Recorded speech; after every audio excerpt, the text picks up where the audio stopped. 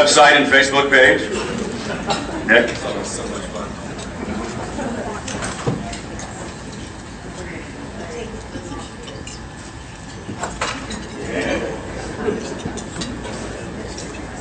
All right. And now you have to tell everybody what you learned. I mean, I have learned so much in my experiences working with Project Liberty as well through the Western Liberty Network. I have gained skills that I thought would never be possible. I can speak to people. I understand how language plays an effect in how people believe and understand different topics. And I think the most important thing I've learned is how we can get Oregon back on track. That's the future, friends. Thank you.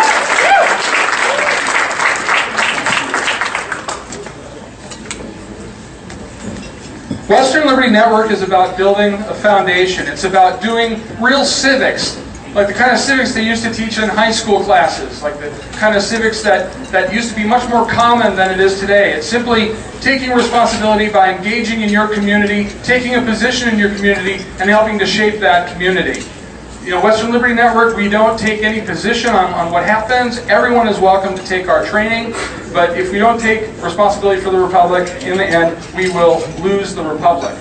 And so if you believe we need to build this kind of a foundation, I urge you to support Western Liberty Network today. You've done that in part by attending this event, but also, you've all seen an envelope. There is a contribution inside. So if you like what is happening here, if you believe we need to build this foundation so in the future, we will be able to retain a republic that is characterized by freedom and liberty, please make a contribution today.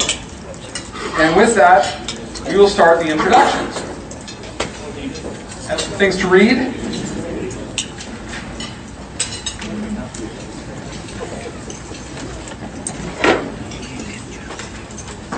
Okay. There were some criteria for inclusion in today's debate. One of the criteria was that the candidate had to file FEC1 and FEC2 form by the first of the year. They had to indicate a desire to participate in this debate by the first of the year. They had to have paid campaign staff. They had to show that they have spent or raised at least $5,000 by the first of the year, thereby necessitating the filing of FEC1 and FEC2. One candidate did not make the criteria, but he is here today. I'd like to introduce you, recognize and give him a round of applause, who is working hard out in the state, Tim Crowley. Are you there? Why don't you stand up and let me take a look at you? So I encourage you to take a look at his information after the debate. The format is such that there will be opening statements. There will be 30-second elevator pitch style opening statements from each candidate. Then after those statements, there will be a candidate question round. Each candidate will be able to address the other candidates with a question that they all will answer, and then they will have a chance for a brief rebuttal. Then the moderator, Lars Larson, will ask some questions, and then he will draw additional questions from the audience through a plastic box that people have been feeding debate question forms into all morning long. And then there will be closing statements, and of course Lars knows, I'm not going to bore you with all the details, but Lars knows the order of speaking and so on. And the order of speaking and position at the podium was drawn by lot. This is position 1, 2, 3, 4. Speaking will generally go in that order. And I'm going to ask the candidates to come forward as I bring them up. The person who will be in position 4 is Monica Webby. So please, Monica, come on up and take the far podium.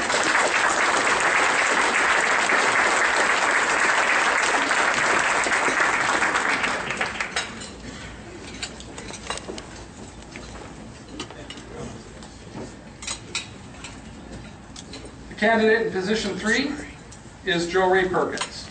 Come on up. Come on down.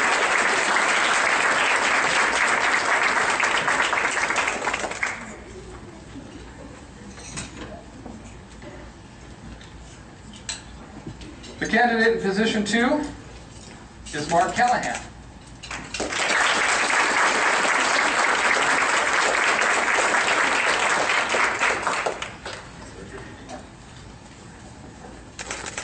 And last but not least, the candidate in position 1 is Jason Conger.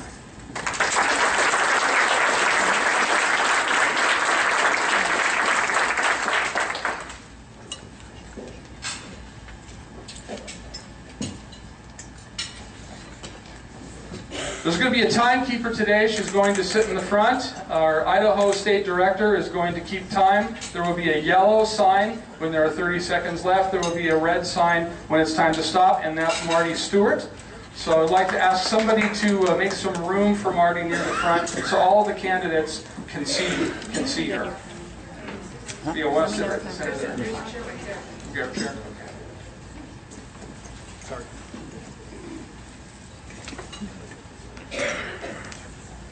Okay, and with that, I have the honor to introduce Lars Larson, a friend of mine and of course a well-known radio, Fox News, KXL personality.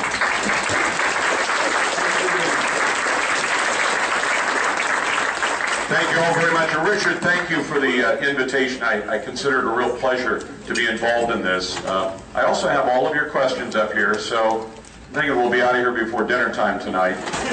Actually, they've given me the prerogative to choose a few of your questions, and if we can move through them very quickly, we'll get to that a little bit later on. But it's a pleasure to be with you, and a pleasure to be involved in an event like this. One of the people you see standing in front of you, or in the audience, in Tim's case, may well be representing the state of Oregon in the United States Senate a year from now. And I find that an exciting prospect. I was doing a little prep over there, so I can't remember if Richard mentioned it, but you know that Senator Burke was invited, so he could have been here to help let you know what was going on from his point of view and tell you about, you know, the wonders of Obamacare and all that. But he has apparently chosen not to be here, but we tried to be ecumenical about it. It is a pleasure to be with you, and as always, we're going to start with the first podium and go through so that nobody gets the first word and the last word of the debate. So we will start today's presentations with the opening statements. Jason? Do we have a mic hot? They gave you a dead mic. He bought this microphone, so it should be a working one. Richard, I'll tell you what, you take mine. I'm Jason Conger, and I'm honored to represent Bend, my hometown, in the state legislature.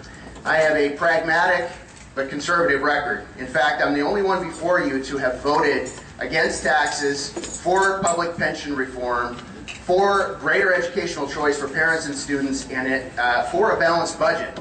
As your U.S. Senator, I will continue to apply these principles and the values we share to each and every vote, and I will vote to repeal and replace Obamacare. I'm also the only candidate with proven ability to win in a contested race against an uphill electorate, a Democrat electorate. I'm Jason Conger, and I hope you will join me in defeating Jeff Merkley.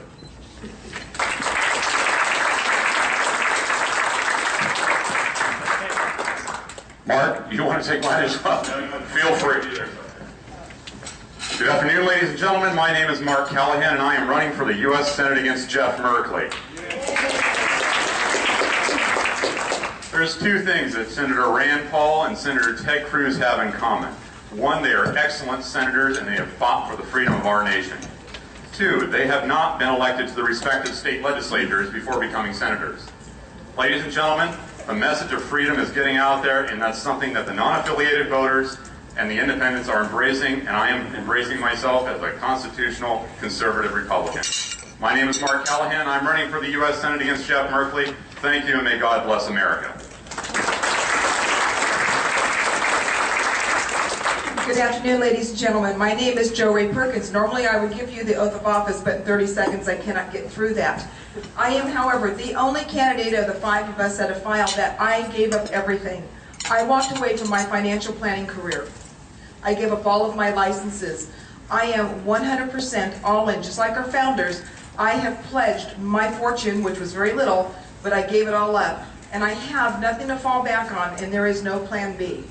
I'm now spending 100% of my time in this campaign. I believe we've got to get back to the Constitution and doing the job that the Constitution says is for the Senate and the Congress to do. My name is Jo Ray Perkins. I ask for your prayers, your support, and your vote come May 20th. Thank you very much. Thank you, Jo Ray Perkins. Dr. Webby. I'm Dr. Monica Webby. I'm a mother of 4 teenagers. I've been taking care of little Oregonians for the past 17 years, and I'm very concerned about their future.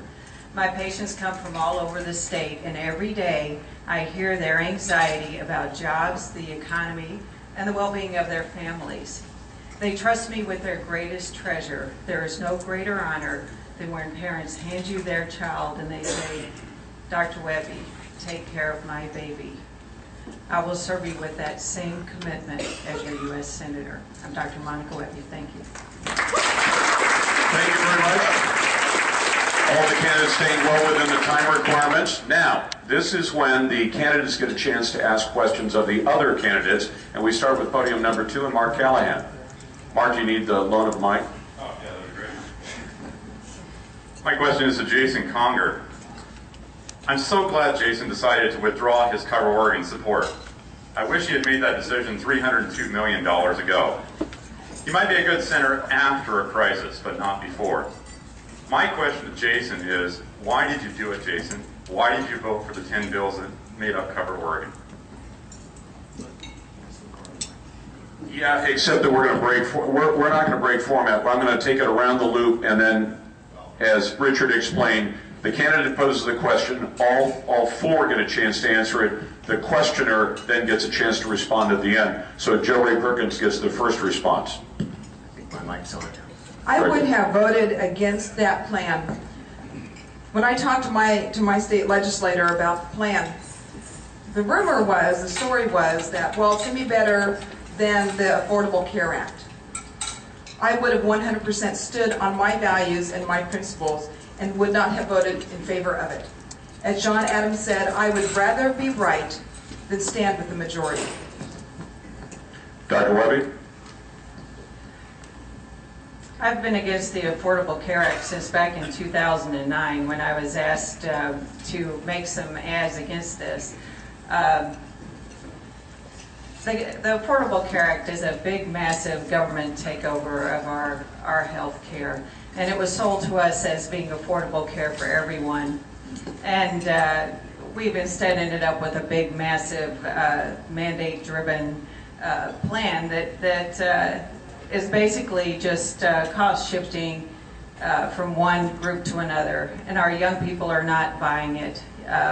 Only 25% of our young people are going to purchase it into this health insurance plan. Is really just generational theft, and I've been against it from the beginning. I stood up against this when other people did not, and I put my reputation on the line because I read and studied this parts of this bill ahead of time and knew that there were going to be problems. Thank you, Doctor. Jason Conger, your response. Well, as my fellow candidates know, as a state legislator, you only get 2 choices. You can vote, in this case, for a state-run exchange, or you could vote to put Oregonians on the federal exchange. The time that we made the vote, I felt that going with the federal exchange was actually embracing Obamacare, embracing federally run health care. And so my answer is, given that choice, given the fact that I had to take a hard vote between 2 bad options, my choice was to try and create the exchange at the state level, because I don't embrace Obamacare.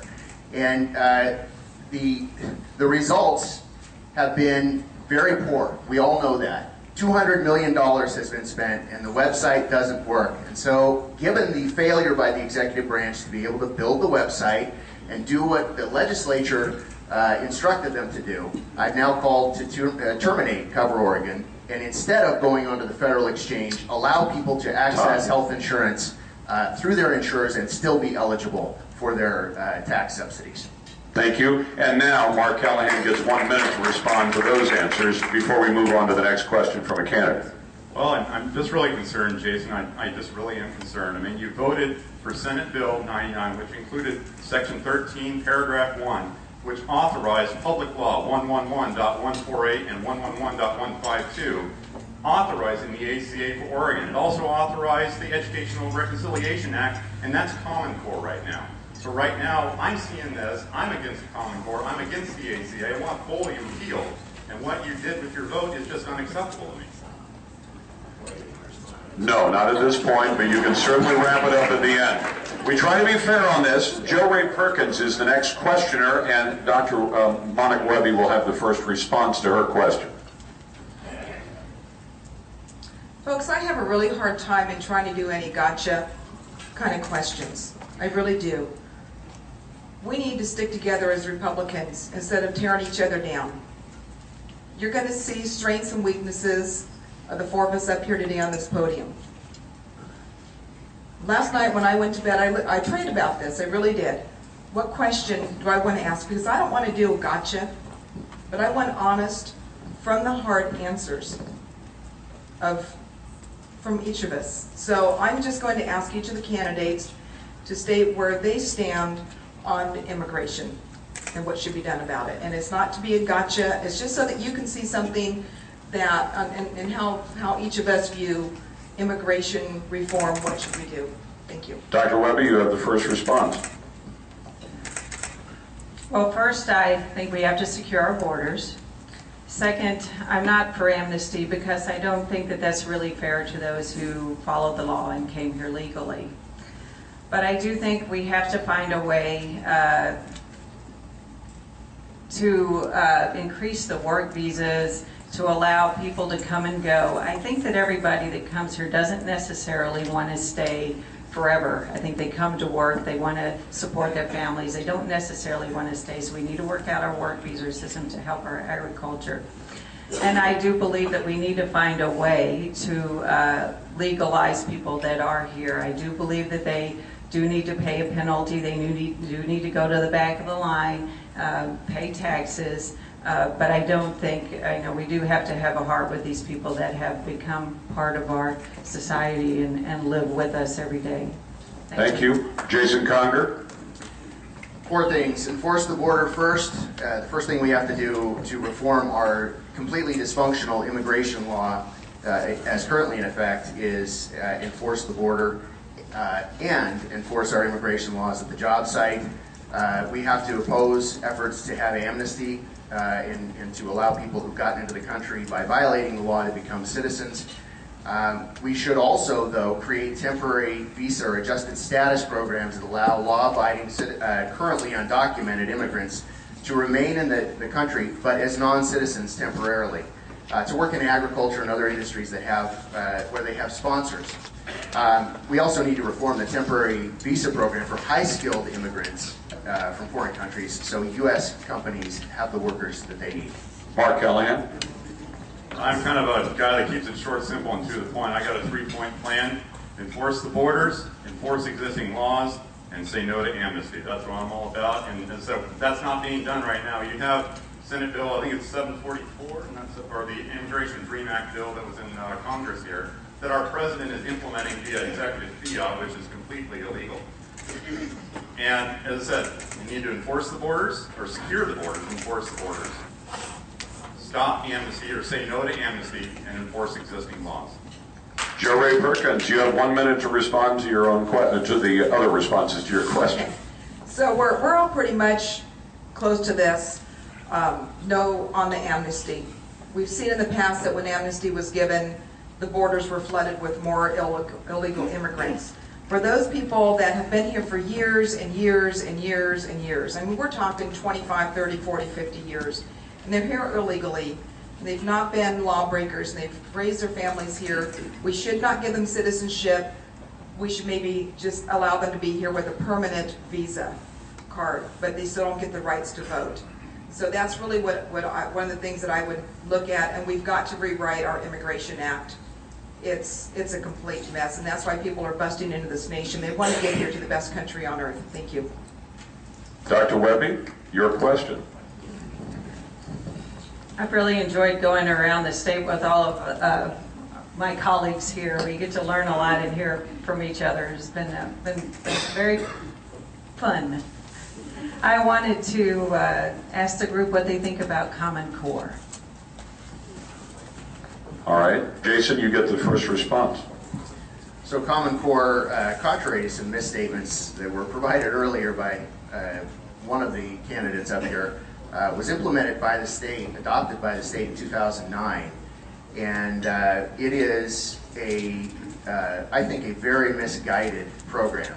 And if anyone in the audience doesn't know what it does, it is a federal curriculum that has been driven into the states using the No Child Left Behind Act and using federal funds as an incentive for states to adopt it. The problem is it's very expensive. The states are having trouble adopting it. It has some real bad implications. And the bottom line is education should be local. It should encourage parental involvement. It should not be driven from the top down. The absurdity of having the federal government dictating to states and to communities what their school curricula should look like is obvious, I think, to anyone with common sense. So, common sense says Common Core should be done away with.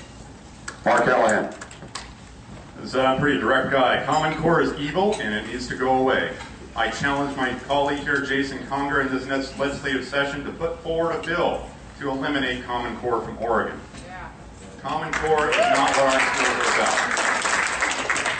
Common Core is, our kids are not cookie cutter. We don't need to take a cookie cutter approach to our education system of our kids. That's why I say I fully support eliminating Common Core, and as I said, I challenge Jason and any other legislator here in this room tonight to put forward legislation in this next legislative session to eliminate Common Core.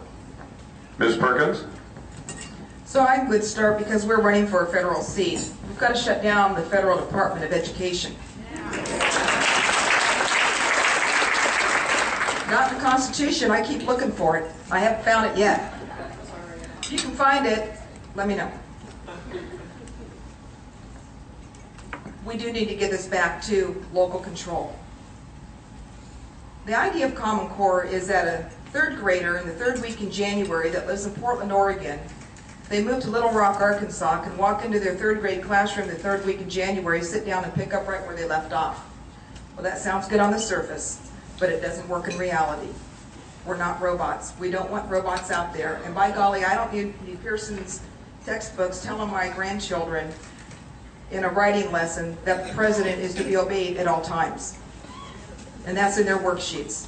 And that kind of stuff has got to stop. It absolutely is a way to get to the minds of our youth, because that's where they always go, is to the youth. Folks, get involved locally, and let's stop this madness. Thank you. Dr. Webby, your 1 minute response. I think we're all pretty much on the same page with this, which is good to hear, because we all understand that local control is much better than a centralized top-down approach. The thing that worries me about this is they are coercing states to join into this, because they tie a lot of the federal funding, No Child Left Behind, Race to the Top. They're trying to tie that to the state's funding to coerce them into joining and signing up for the Common Core. And the other thing that bothers me too about it is that they're trying to make the SATs and ACTs all tested from the Common Core. One of my sons, my second son, is taking the SAT this morning, and our children will be at a disadvantage if their school doesn't adopt the Common Core, if the Common Core is is teaching towards the ACT. So that's a concern that I have about it as well. Thank you. Thank you, Doctor. Jason, you have your question for the other candidates. None of the three of you have a voting record that voters can look at to find out where you stand on issues. I guess in the case of Monica, other than the 25 years worth of service with the American Medical Association, which has taken a lot of positions contrary to our view on the Second Amendment. But in our prior forums and in an interview with the Portland Business Journal, Monica at least has said she would not vote to repeal Obamacare. And the explanation was because the president would veto it. And this question is for all three candidates. But does that mean you would always avoid battles with the president, or in Monica's case, just on the issue of health care? Mark Callahan. The answer to your question, Jason, is no. Our president has done some criminal things. And once we take back the Senate in 2014 and we retain the House, we get enough votes, I'm not going to hesitate to impeach that guy. We're going to be convicted in the Senate or in our Constitution. So the point is, I fully support the full repeal of Obamacare, because Obamacare is socialism and needs to go away. It's not what our country was about. It's not what our country was founded upon 238 years ago as a constitutional republic. Joe Ray Perkins. Well, I'm going to start off with, just because you've got a voting record isn't always a good thing. Sometimes it's good to have somebody think outside the box and come in with fresh ideas and a new view. And that's what you get with me. I'm a fast thinker, I'm a fast learner, and I've been able to see simplicity out of chaos. And I have no problem taking on anybody that is violating my constitutional rights and my liberties. And I absolutely will stand up to anybody that wants to take those away from you, your children, your grandchildren, your great-grandchildren. Thank you. Dr. Webby. First of all, I'm a proud supporter of our Second Amendment rights. You can't be tied to every vote that an organization that you believe in takes. I mean, good Lord, 30 years of AMA policy, you're going to try to tie me to every one of those things that they voted on. Second of all, the healthcare system. I wasn't for it before I was against it. I have always been against this. I stood up against this when I was a member of the AMA. The AMA supported the healthcare law, and I stood up against it and put my reputation on the line and did that because I knew it was going to be the debacle that it is now. I actually studied this bill, tried to point this out, felt like the lone voice in the desert, and now we look quite clairvoyant because we did make some commercials about this, pointing out the problems with this law. It destroys the doctor-patient relationship, and when we talk about repealing this, I never would have voted for it in the first place, but it is absolutely tearing apart our healthcare system now. We've got to start making changes now. Until we get Obama out of office, we cannot repeal it. We have to start fixing problems before we lose everything in our healthcare system. Thank you. Jason Conger, your 1-minute response. Well, I think maybe I wasn't completely clear about the question. The point wasn't to say that having a voting record is a good thing. The point was to say if you don't have a voting record, it's hard for the public, the voters, to check what you say by how you voted. And in my case, of course, I voted over 2,000 times in the state legislature for any number of bills, including balancing a budget, opposing tax increases, et cetera, et cetera. And the other point of the question was to say, look, when it comes to a budget bill, when it comes to maybe a bill that might be introduced to undo some of the extraordinarily overreaching executive orders that the president has passed, and the president says, no, I'm going to veto it, does that mean you won't vote for it? That was my point, and appreciate the time. Thank you very much. At this point in the debate, we're going to take a short break because we're going to hear from somebody who is the sponsor of this debate, and of course, the sponsor of the event along with the other fine sponsors that we have. And he also was a candidate for United States Senate, but he's still civically engaged. He's an author, an entrepreneur from Central Oregon, and a good friend of mine, Sam Carpenter.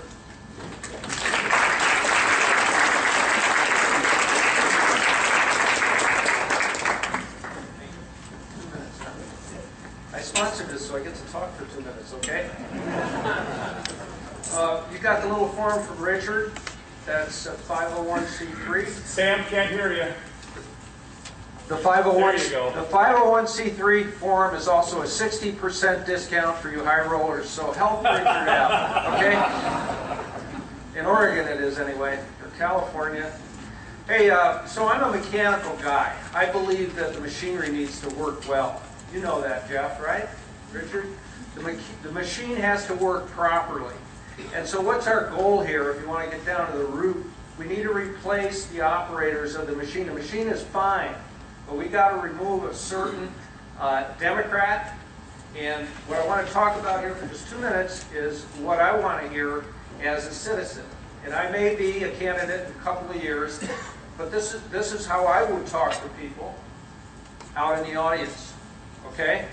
And I want you to think about Scott Walker and his $1 billion plus in the budget up in Wisconsin. Have you all heard about that? How long ago was it we were watching all this on TV? $1 billion budget surplus, Wisconsin. Okay? It can happen here in Oregon. We all know how important it is in Oregon, and we replaced Jeff Merkley. It can happen. And I take issue with the Los Angeles Times that says taking Merkley out is a long shot. Take on the media. Take on the media. It's okay. People are ready for it. There is a wave out there. We don't want to really hear about how great the Constitution is. It is. We know that the kids, our grandkids, are going to suffer. We all know that. But bring it to me now. Talk to me from your guts. Tell me how you feel, and what are you going to do? We know the lessons. We know what's happened. We've been listening to it since 2009. Now tell me what you're going to do. Soccer moms in the audience and soccer dads, you know, hey, your kid, you should be able to send your kid to any school you want. There should be 40 or 50 private schools in Bend, Oregon. No, you're paying the taxes to the federal government. You got to send them to a public school. Talk to the parent. And the union guys, I've worked for unions, and I've dug ditches, and I've scrubbed toilets, and I've done it all. I'm telling you, in the union halls, it's not a happy place right now. There's membership problems. Why, union members, should you have to pay your dues? Why should you have to pay your dues? They won't argue with you. Why should they? In most of the states, they have to. There's 21, 22 states you don't have to pay the dues. No amnesty, and secure the border. Okay? Businesses. So I'm a small business owner. I've got 5 businesses and a nonprofit. So I want to start a new business. $100,000 investment. There's an 80% chance I'm going to lose it because that's the nature of risk.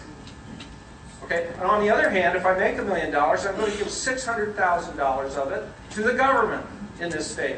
Darn close to it. Why should I do that at all? Hey, the soccer mom understands that. The union guy understands that. Even the illegal alien understands that. Talk logic and talk from your guts. Not up here. Talk from your guts and let me know how you really, really feel inside. I don't care about the specific bills. I just want to know how you're going to roll, kind of what your vote's going to be. And I want to know that you have a quiet voice, a calm voice, a strong voice, and you really, really believe in what you're saying out here. Okay? Be confident. That will get you through the primary, and that will get you through taking out Jeff Merkley. And it is not a long shot. The long shot is this guy stays in office because this Obamacare thing is going to roll on, roll on, roll on. What do we say? It's the good news that keeps on coming? It keeps on giving. Unless you lose your health insurance.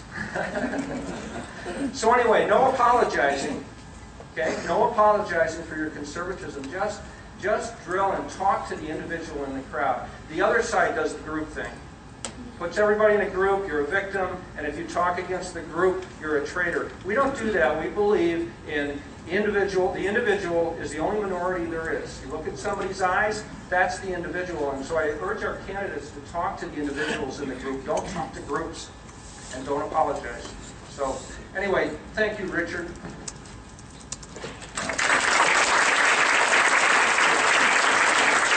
Thank you very much for sponsoring this event.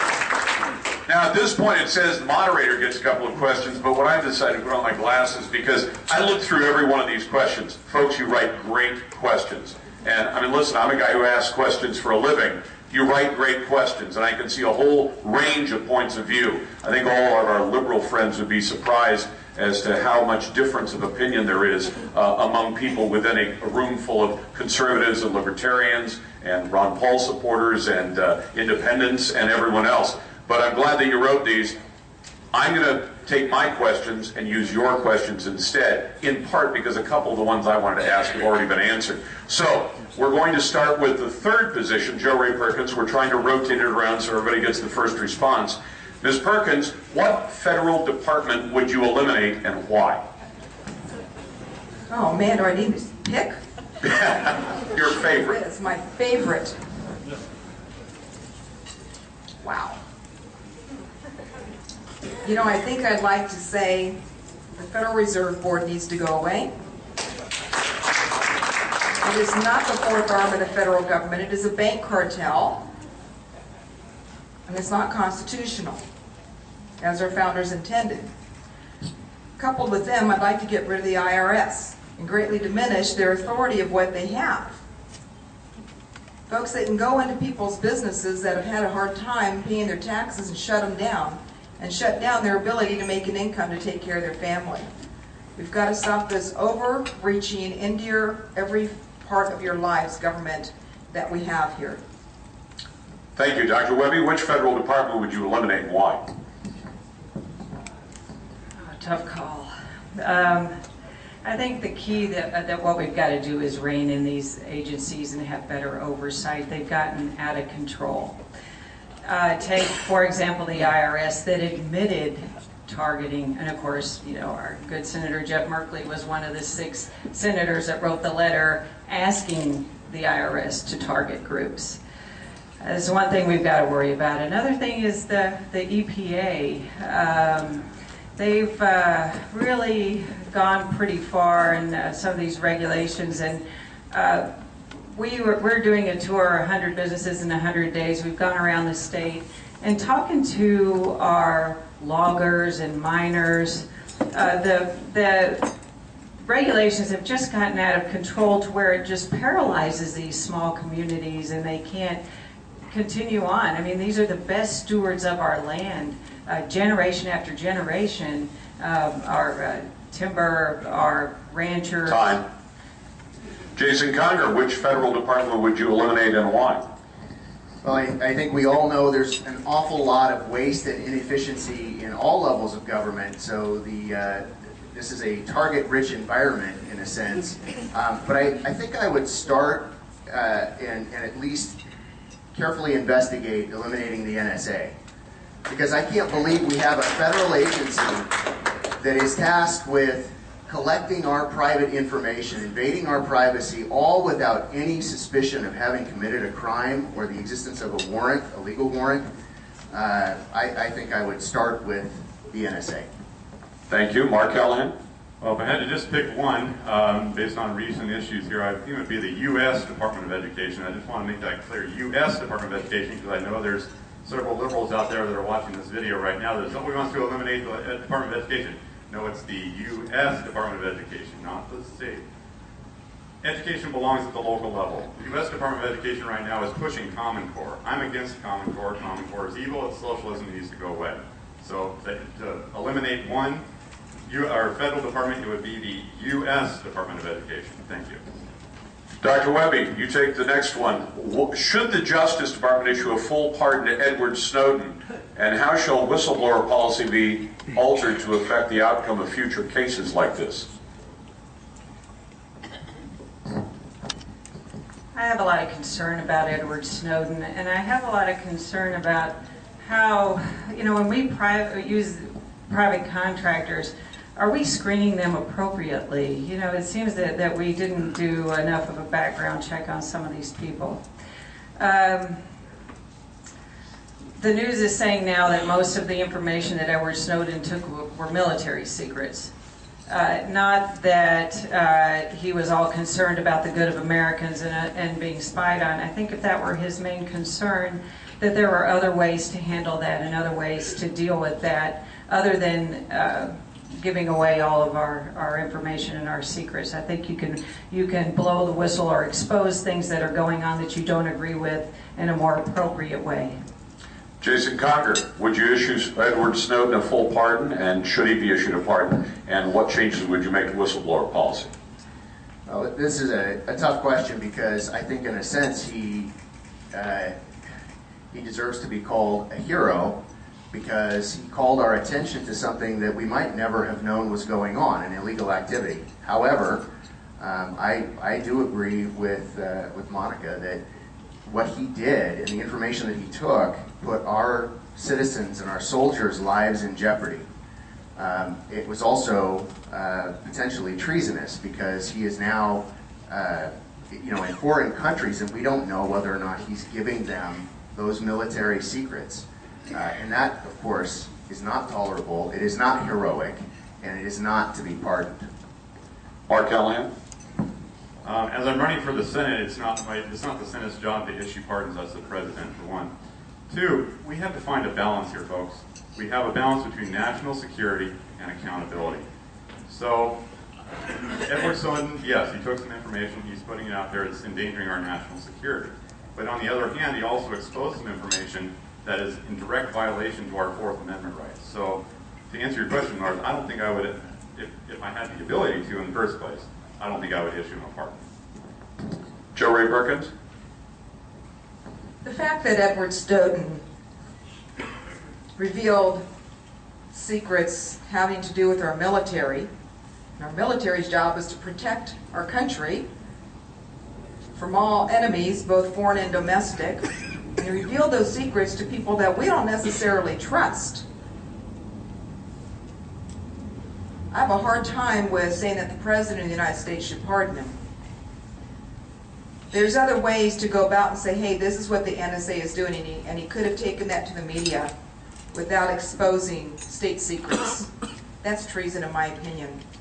And I think that he needs to, if Rush ever wants to let him go, come back here and face a trial and a jury of his peers. And hopefully there's going to be some military people, probably won't be, but that'd be my wish in that. So yes, it is the President's job to do a pardon. Yes, I do believe that he needs to be tried, but I also believe that he is now a man without a country. Jason, you get the first shot at this next question. Are you willing to sacrifice your political beliefs for a vote if the people you represent want you to vote against your own personal political beliefs? And I'm going to ask each of the candidates to cite an example where they think they might have to say, I'm going to put my personal beliefs aside and vote the way my constituents, the people I represent, want me to vote. I think the answer probably depends on the importance of the principle at stake. And so if it was, as an example, if the people of Oregon were very, very clear that they fully supported a tax increase for whatever reason, I am generally opposed to tax increases on principle, because I think we already have sufficient resources in government to do the job of government. I don't think we need to take more from the citizens of this state or any other. But with that said, it's not such a bright line for me that if there was a real overwhelming support for a tax increase, that I might not consider voting for it. Mark Callahan, would you set aside your personal political beliefs and vote for something that your constituents want you to vote for? And can you cite a specific example? We live in a constitutional republic. We are a government of, for, and by the people. As a senator, and even if I was running for Congress in the House of Representatives, you're supposed to be representing the people. People would elect me to office based on similar beliefs that they believe in, and that I have and that they have. I would assume that because they're electing me to office, because based on their beliefs and they're casting that vote for me, then that we have the similar beliefs. So to answer your question, Lars, I guess I would vote to represent the people that I would be representing here in Oregon. Joey Perkins? I make a promise. The promise is that, first, every bill that comes before me as your United States Senator, myself and my staff will read that bill. We're going to make sure that bill passes a three-way test. First one, is it congruent with the Constitution of the United States along with the amendments, and specifically as our founders intended? Is that bill free of pork barrel spending and unrelated projects? And is that bill fiscally and socially conservative? I will not vote on a bill that violates my social values. I can't. Most of those bills, though, that, as I'm listening to this interpreted, would be a states' rights issue. My political beliefs, plain and simple, it's got to pass the test. And if it can't, then it's not going to get voted for. Dr. Webby? I think a lot of the problem that we have now, I think we all agree Washington is broken, and I think that problem is the career politicians that will do or say anything to get reelected again. I think all they care about is becoming beholden to special interests that are going to get them back into office. And when you do that, you lose touch with the people you're supposed to represent. And that's why I think it's good to have people from different backgrounds. Doctors look at things differently. We look at the first thing we do is talk to the patient and have them tell us what their main concerns are. What's the problem? They'll tell you the problem. Then we look at the data. Then we figure out the problem. We make the diagnosis, and then we solve the problem. I think that if you communicate with your constituents that there will be common ground and that you don't have to be opposed to something that they favor. I think there is a way that we all want what's best for our country, what's best for our children, and that there is common ground that can be found without sacrificing your principles. Mark Callahan, this one gets to a thorny issue for Oregon elective people seeking elective office in Oregon. and I think the audience member wrote it in a very nice, interesting way. Are you pro-life for yourself, but are one of those that would never take a woman's right to choose, or are you pro-life all the way? I'm pro-life all the way. That's the answer to the question, Lars. Life begins at conception, in my opinion, and you're either pro-life or you're not. And I'm pro-life 100%, and it said life begins at conception. Jo Ray Perkins? I too am also pro-life, 100%. I think we need to be talking about adoption. If the woman feels that she cannot raise that child, let's look at adoption instead of abortion, folks. 56 million innocent lives have been taken in this country since Roe v. Wade was written into law 40 years ago. That's an entire generation.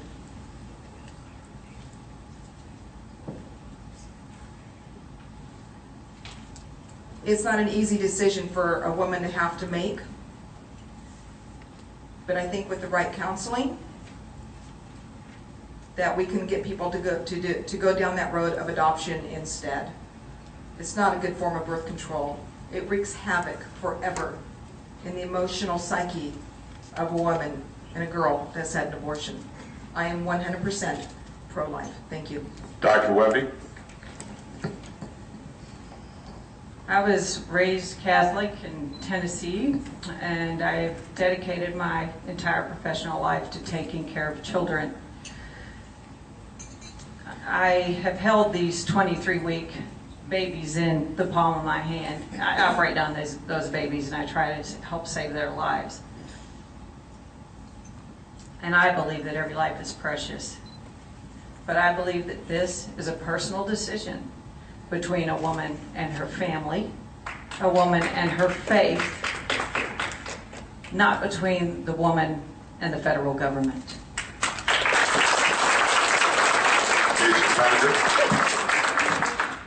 So I am pro-life. I've always been very public about that.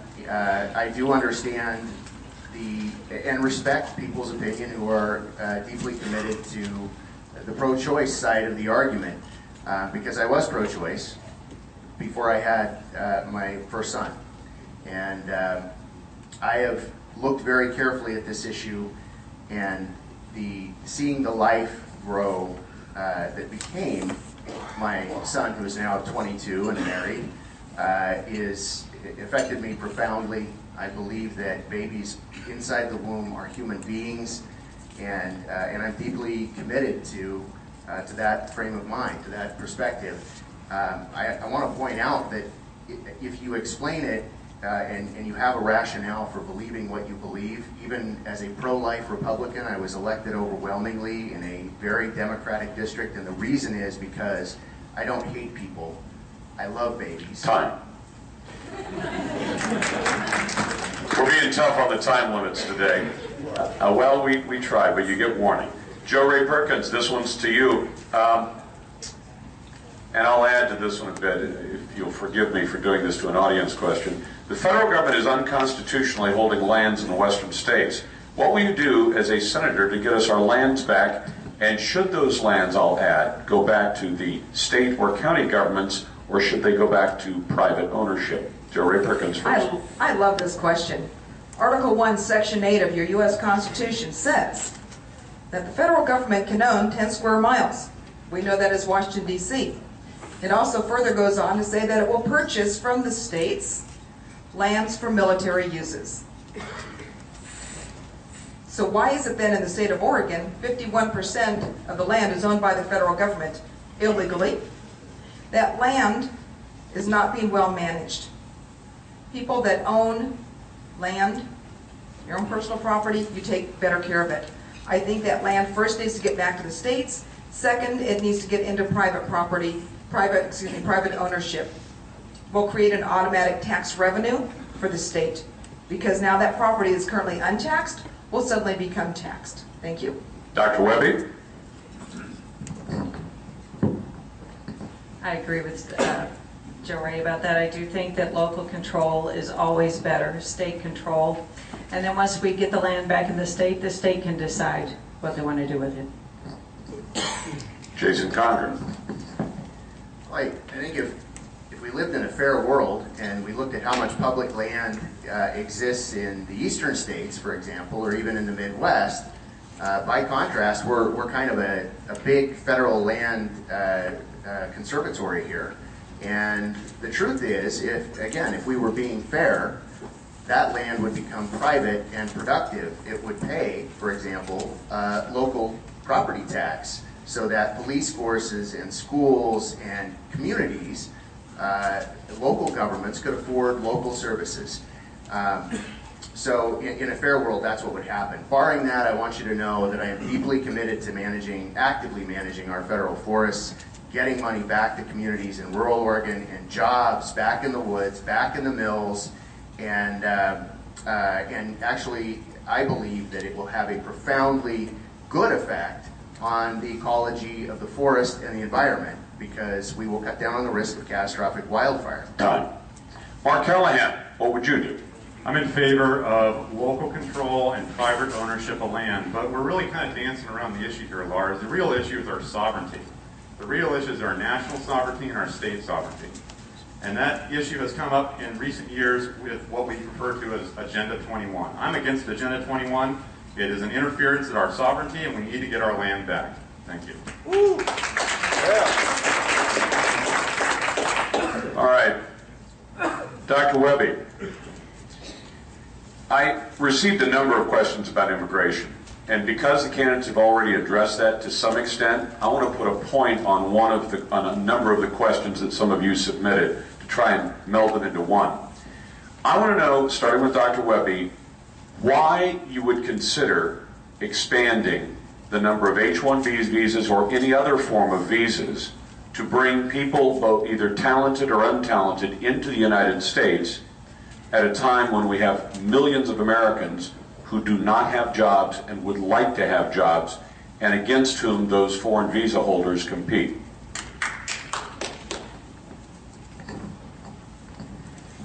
I think we have very bright students that come here, and we educate our students, and then we send them back home after we train them and teach them.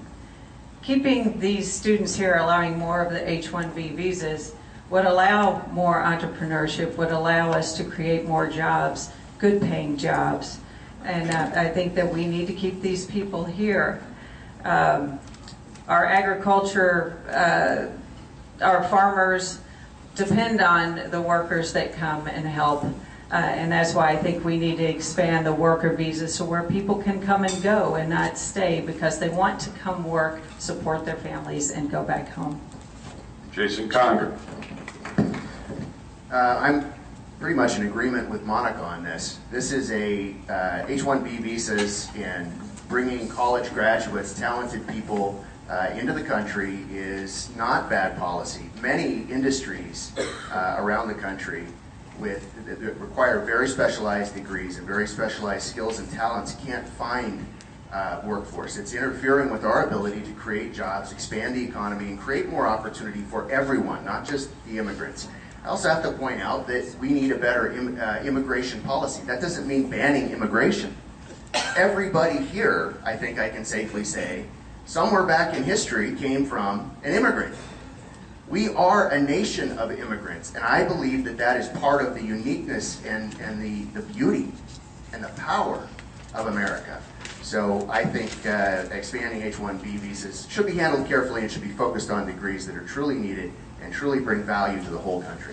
Mark Callahan, should we consider expanding visas of any kind to bring either talented or untalented individuals here to compete with American workers? Well, Lars, I see what our economy has been doing over the last couple of years, actually the last few years in the recession we've had. And I'm a big advocate of American jobs for American workers.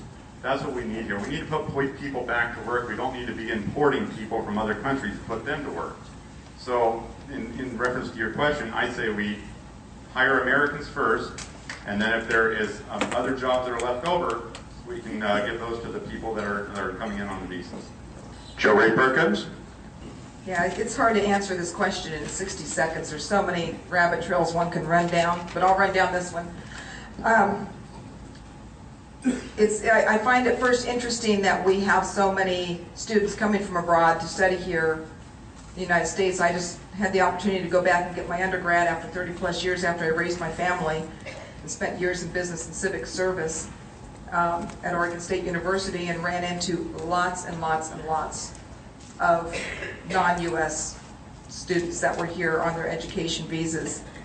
And a lot of them want to stay here because they see the freedom that we have. As I said earlier, our immigration laws need to be rewritten, redefined, simplified.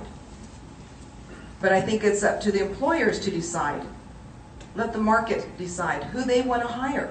Yes, of course, in my heart, I would want them to hire an American first, but if we don't have students that are educated because our education system is in the toilet, they're going to have to hire somebody from outside this country. Thank you.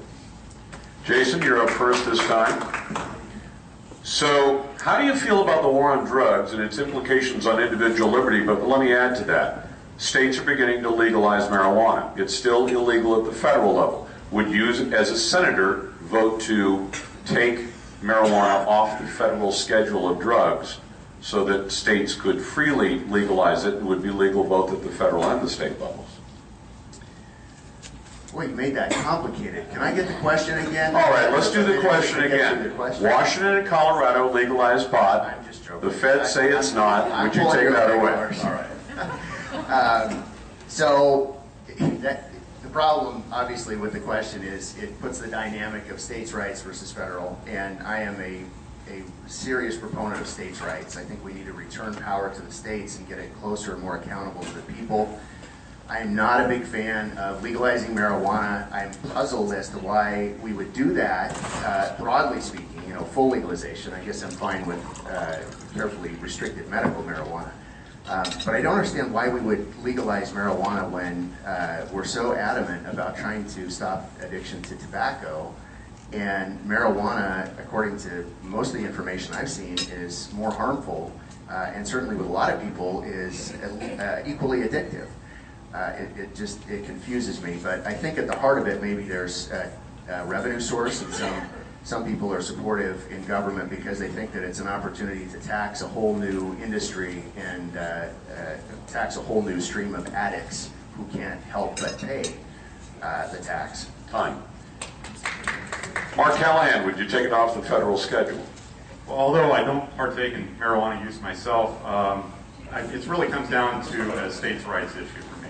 10th Amendment states' rights, and that's how I would answer your question. All right, Joe Ray Perkins. Well, if we're going to take marijuana off the federal schedule, are we going to take cocaine, heroin, methamphetamine? Where is it going to stop? Is it a slippery slope? I absolutely believe in states' rights. And it is a tough one, because where do you draw the line? Because part of the job of the federal government is to protect our people. Sometimes we have to protect our people from ourselves, and that's just the fact. Look what happened when we legalized the lottery system in Oregon. We ended up with thousands and thousands of people addicted to gambling and losing their money. And why in the world, another form of tax revenue, really? Don't smoke cigarettes, but it's okay, get stoned and go out there and drive around. And by the way, in 1970, THC content of marijuana was between 2 and 3%. Today it's between 15 and 30%. That's a lot of THC in one's content, and it permanently kills your short-term brain cells. Is that really what we want to do, is encourage our youth to lose more of their brain cells? Talk about more dumbing down of America. Time. Dr. Webby. Well, I believe in states' rights as well, but I have a problem with legalizing marijuana. First of all, it's a nightmare for our police force. How are they supposed to measure this? It's not like you can have a breathalyzer right there and check the level. Then it's a danger to the developing brain. We know that we don't know how much injury it's going to cause, and our children that are going to be, that it's going to go down to the kids, they'll start doing this as well, and we don't know how much damage it's going to cause. We know the brain's developing well into our 20s before it starts to atrophy when we get older. And also the problem is that you've got neighboring states. What if one state agrees that it can be legalized, say Washington, and then they drive across the river to Oregon? What do we do with that? So I have problems with this. I'm worried about it because of the physical and mental issues, and because of the danger of people driving intoxicated or coming to work intoxicated. Jason? Oh, that's right. I lost count. My head's going around in circles. Let's start with Mark Callahan. Hey, Mark, what is the principal qualification that you have that makes you better qualified than the three people you share the stage with? Well, I started out all my speeches where I've been talking as I'm a father, I'm an average American, I love our country. I know Jason's a father, Monica's a mother, and so is Joe Ray. But it comes down to one thing for me, and that one thing is freedom. The one thing that our country was founded upon is freedom. And we need to get back to that, ladies and gentlemen. We have our government that is building drones. We have our government that is spying on us. We have our government that is trying to take away our Second Amendment rights. It got to the point where I just had to get off the couch, stop watching TV, and stop complaining. And I had to get out there and do something about it. I have $2 myself, and I got to secure their freedom for our future. Thank you. Thank you. Joe Ray Perkins, what is the principal qualification that makes you better qualified than the people you shared the stage with? In my opening statement, I mentioned that my background was in financial planning, budgets, investments, and real estate. As a financial planner, I used to be a certified financial planner. And with all the securities licenses that I had, there was one thing that was drilled into my head, and that was the fiduciary responsibility, the prudent man rule of caring for other people's money. And I look at the role of the federal government. It's not their money, it's your money. As a financial advisor, I was charged with making sure that I made the best, wisest, and most conservative choice to meet my clients' personal objectives. And I take that exact same thing with me. I'm doing that on the campaign trail with the money that's coming into the campaign. I am stretching every penny out there. I'm always looking for the best deal for our campaign literature, making sure that we can get the best on lodging, everything that we're doing out there. And I take that exact same kind of thing. We've got to stop this spending. I balance the... Time. Dr. Webby? I think it's important that we have somebody that has a different perspective and different ideas and basically just common sense in Washington. I think doctors see things differently, and we're trained differently. We're trained to be problem solvers. We look at things logically, not ideologically. And like I said earlier, we listen first. We look at data. We make an objective diagnosis, and then we solve the problem. We're not pulled one way or the other strictly by an emotion. And we're compassionate people, but very rational people. I think we need people that know how to add and subtract and know how to solve problems in D.C. so things don't continue to get worse. I've never been accused of being a shrinking violet ever in my life. I've been president of multiple societies and worked very hard and always stood up for what I believe in, and I will continue to do that. Jason? Each of the candidates up here shares most of the same policy ideas to a large extent, and shares the same values, the values that we all have. So I'm not here to denigrate them, but I very much want to take this unique opportunity, this rare opportunity, to defeat Jeff Merkley. It's not every day that you get a shot to beat an incumbent senator and to change the electoral dynamic in Oregon, to prove that someone who has conservative values can win statewide so that other candidates who have conservative values will step up and win too. I'm not going to talk about qualifications, I'm going to talk about odds. If you're an odds layer, someone who has held elected office, who has won in contested races against Democrats, is far more likely to win against Jeff Merkley in a statewide race. And I'm not here to beat my fellow Republicans. I'm here to beat Jeff Merkley. Joe Ray Perkins. This one's after the primary. When all but one of you lose the primary, how are you going to support the winner of the primary, and how will you help the campaign to gain ground back for freedom? And please be specific. Well, since I'm going to win, I don't need to answer that question.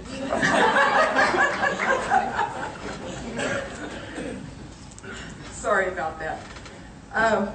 Actually, I'm not. I'm going to go out there and campaign right alongside. Should, by some strange event, I don't win the primary election. We've got to replace Jeff Merkley. We've got to stop his progressive agenda and the progressive agenda of the liberals in this country and get this country back to what our founders had in mind, of a limited government, not an overarching government. We've got to get back to that freedom and liberty. And although I am 100% confident I'm going to win against all the natural odds that are out there, I would support any of these people up here because they're going to bring much better, including Tim, who's not up here. They would do a far better job for our country than Jeff Merkley is. Dr. Webby? Of course, we would all support each other. I think we can never take our eye off the target, take our eye off the ball. We have got to get rid of Jeff Merkley. We've got to take the Senate back before it's too late. I'm really worried that we're gotten to a tipping point. And if we don't turn things around now, I don't know if we can. But we've done it before, so I'm optimistic. I would actively support, I don't care which, you look at all of us, any of us are better than what we've got now. And I would actively encourage my supporters to help whoever wins. Of course, they'll be helping me, but I'll ask them to help whoever wins. Jason? I agree. The goal is to beat Jeff Merkley. It's all about that. But it is bigger, I will say that. This is a potentially national election because the majority in the Senate hangs in the balance. So we get the bonus of perhaps ridding the country of Senate President Harry Reid as Senate President. This is a very, very important election. It is a rare opportunity, and of course, whoever wins the primary will have my support because I recognize both the opportunity and the importance of what we're talking about. This has implications for Oregon, it has implications for the country, and it has implications for our future elections here in Oregon. Mark Callahan. Lars, I've given this question a lot of thought in recent days. It was actually asked in Bend when all four of us were over there on Tuesday. My original answer was in Bend was I would only support them if they were a constitutional conservative like myself and that they were dedicated to freedom, for restoring freedom in our country. I've given it some thought, and I'm seeing that, yes, we need to get rid of Jeff Merkley. I faced off with him. I asked him a couple questions at a couple of his recent town halls. The video's online if you'd like, CallahanOregon.com. But I've come to the point, to the realization that I need to do what I can using the skills that I have to support the candidate that can beat Jeff Merkley. Thank you. I'm going to throw in one of my questions because I want to leave mine to the last because I like to have fun on the air. I do a talk show and I do it around the state of Oregon on a little network. And, the folks like Mark Foley and Larry Craig of Idaho and Anthony Weiner of New York are a lot of fun for people like me, but they're very disappointing for me as an American to see people engage in acts of moral turpitude while in public office or even on the public payroll. There have been some terrible examples of that. So I'll start with Dr. Webby since she's next in the rotation.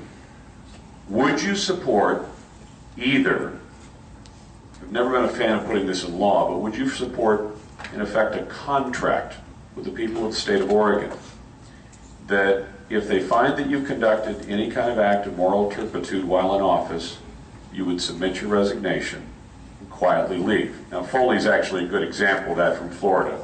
I don't know how we got him, but he was screwed up, but the minute he got caught, he left. Larry Craig is a bad example of that. He was a Republican, by the way.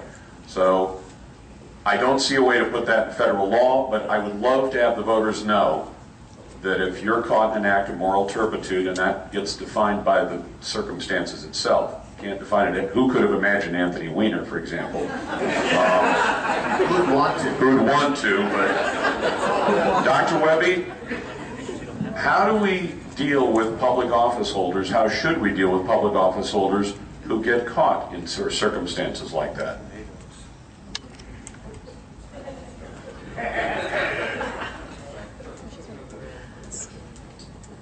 I would hope that any of us who are standing up here and putting ourselves up for public scrutiny, where every single thing you've ever done in your entire life is being looked at.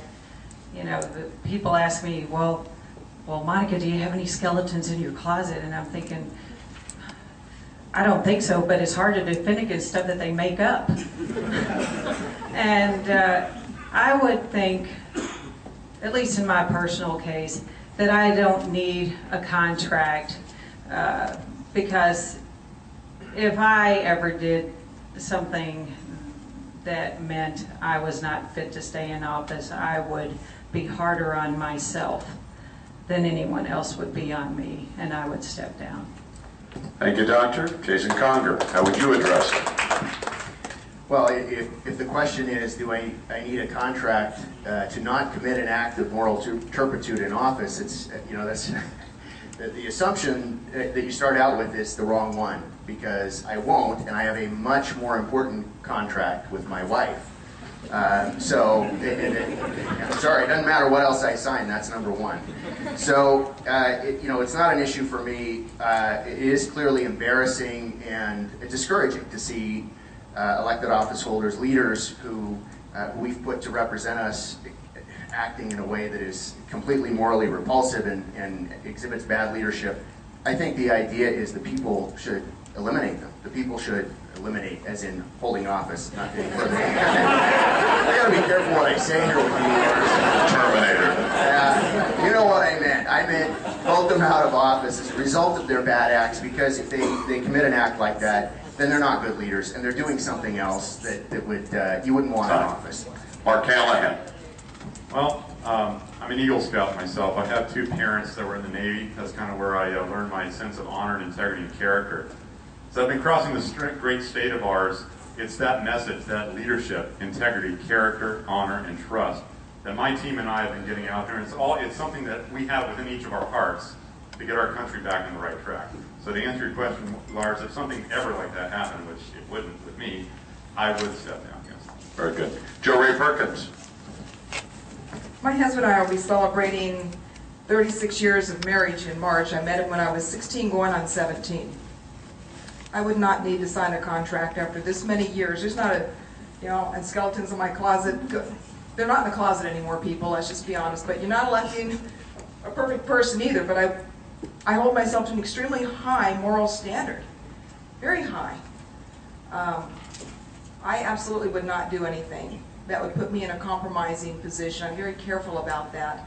And I think as elected officials, people look at us differently.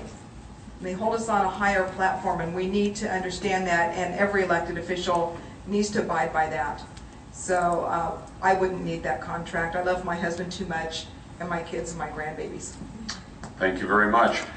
How about a round of applause for our timekeeper? Okay, we're not done yet, but I want her to get a round of applause before we get to this part. Each of the candidates gets a chance to give a wrap-up statement. We begin with podium number 2. We begin with podium number 1. That way, I have to go back and check. I think it's 90. Yes, 90. Each one gets 90 seconds, and the logic, and I think I agree with Richard Burke's interpretation of this, of starting with Jason Conger, since he started, is that he doesn't get the last word in the presentation because he did get the first word. So you get the first 90 seconds, or the last 90 seconds of your time on stage to wrap up and tell people why they should cast a ballot for you. Well, first of all, I am tired of the state being run from a very liberal perspective, driven primarily by Portland, by Multnomah County, and the population there. I'm tired of being on the losing end of that argument. Are any of you tired of that? It's okay to applaud for that. For people who are listening, there was applause. We've been losing so much that many people in Oregon, I think, have become convinced that no Republican can ever win statewide. But it's not true. It is not true. The electorate is moving in our direction, and we have a unique opportunity in 2014 to communicate with them because of all of the issues that we know about and we talked about tonight. We have that opportunity. We have a chance in 2014 to show three things. Number one, we can win. Number two, it feels a lot better to win than to lose. Number three, we can do amazing things for Oregon's future when we win elections, but we can't if we don't. Bottom line is, we cannot afford to pass this opportunity up in this state. We have to change directions, and the way we do it is by winning. In the last couple of elections, we've missed winning by 23,000 votes for governor, about 2,000 for a majority in that state House of Representatives, and we missed tying the Senate by 250 votes. What would we do? What would we give to be able to go back and change that now? Time. Mark Callahan. Thank you. I'm Jason Conger, I'm running for the U.S. Senate, and I hope you'll join me in defeating Jeff Merkley. Mark Callahan, your final thoughts. Well, I want to thank everyone for being here tonight. Thank you, Lars, and thank you, Richard, for hosting this event. Ladies and gentlemen, it is time to move away from the career politician, tied to special interest votes that are listed on followthemoney.org. That drives politicians and people that drive votes to the CRC, that drive votes to cover Oregon. Together, we can win this election because I am not a career politician and Merkley is vulnerable. The message of freedom is being embraced by the non-affiliate voters and the independents throughout our great state. I can win in the general election, and there are some of us on this stage, at least tonight, that have a shot to win. But what will we have when you get there? Will you have a senator that cuts spending, or will they waste money as we've seen in our state legislature? Will you have votes that are sold to special interest groups? Those same votes that those same senators come back 6 years later to apologize for. As Joe Ray puts it, will that senator, the person we elect, go along to get along? Do we want someone like John McCain or Lindsey Graham, and I'm 100% sure that there is a person on this stage tonight running for the U.S. Senate that has served 4 years in our legislature that you could vote for? But if you want to elect someone, someone to make the tough choices, work to stop Common Core, work to stop Agenda 21, cut spending, balance the budget, and have someone to stand up for Americans from our government, building drones against us, our own homeland security turning against us, and government intrusion in our lives, your vote is clear. I'm Mark Callahan. I want to be more like Ted Cruz and Rand Paul. I'm running for U.S. Senate. Thank you, and may God bless America. Joe Ray Burke, your 98 seconds. I do solemnly swear I will support and defend the Constitution of the United States against all enemies, both foreign and domestic, that I will bear true faith and allegiance to the same, that I take this obligation freely and without reservation or purpose of evasion, and that I will well and faithfully discharge the duties of the office of which I'm about to enter, so help me God. That is the oath of office that I plan on taking January 2015. Folks, that is almost the exact same oath of office that everybody that has served in the military has taken. And those people that have served in the military took that oath of office willing to put their very lives on the line for our United States Constitution. They were willing to die for it. And I am sick and tired of us having elected officials in Washington, D.C. making votes that are taking away those rights and those liberties that so many people have died for. It is time to get somebody in there that says enough is enough. And they will stand up against the political machine. They'll stand up against the lobbyists. They're not going to take special interest money. They're going to vote according to what the Constitution says the job of the United States government is. And there's only 18 or 19 things specifically listed. By the way, the first one for the Senate is to try impeachments. Just thought I'd put that out there, just in case we can get the House with the backbone. My name is Joe Ray Perkins. I have the drive. I've laid it all on the line, just like our founders did. You see, when this country was founded, 20% were loyal to the crown. That's today's liberals. 20% were conservative. My name is Joe Ray Perkins, PerkinsForUSSenate.com. Thank you for your vote. Dr. Webby. Jeff Merkley doesn't believe in you. He believes that you need a massive government bureaucracy to dictate, mandate, and control every aspect of your life. Do you like where we are? Do you like what you see? I believe the individual, the family, the local community knows what's best. We don't want to be micromanaged from Washington, D.C. Ask yourself, who controls your life?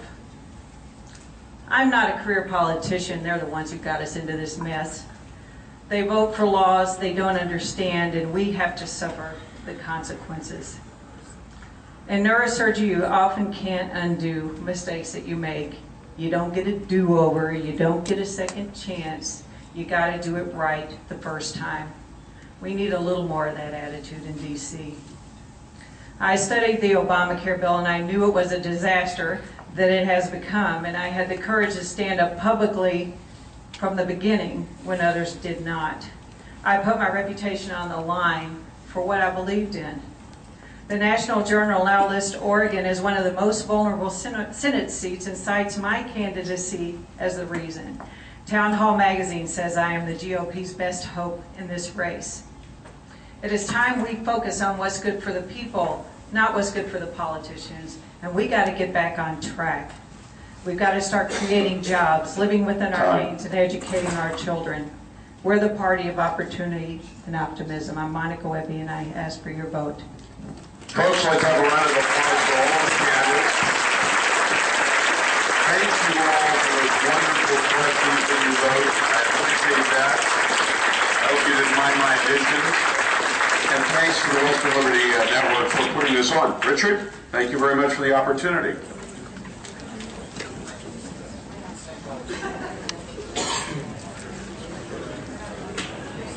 All right, everybody, thank you for tuning in to the live broadcast on Laughing at Liberals. I don't know when my next one is going to be. Go ahead and subscribe to my channel. It will come out on updates. I would like to ask for a couple of rounds of applause. Hopefully you'll tune in next time. Lars Larson, who donated his time to moderate this debate today. Thanks to Lars Larson, Show KXL Radio. Also, a round of applause for, of course, all the candidates. You know, they put themselves on the line. You got to admire that. And there's an unsung hero I want a special round of applause for, and that is our timekeeper, Marty Stewart. She did a great job keeping time. Thank you very much. And of course, sponsor Sam Carpenter. Let's give him a round of applause. He made this debate possible. And two other things. We're going to start at the top of the hour with the breakout sessions. Anyone who's here can go to the breakout sessions. We're not going to have snipers at the door. And then after the last breakout session, those who want to, just on your own, we'll be having dinner at the grill, the award-winning grill here at the Sheraton Hotel. So the full video of the Senate debate will be posted and archived, so if you missed parts of it or you want to rewatch it, it will be posted at some point once I figure out how to do that. I don't know if I have to take the live broadcast and switch it around or if I need to take what's on my memory card. Anyways, this is Laughing at Liberals, signing out. Oh, you're driving? Yeah.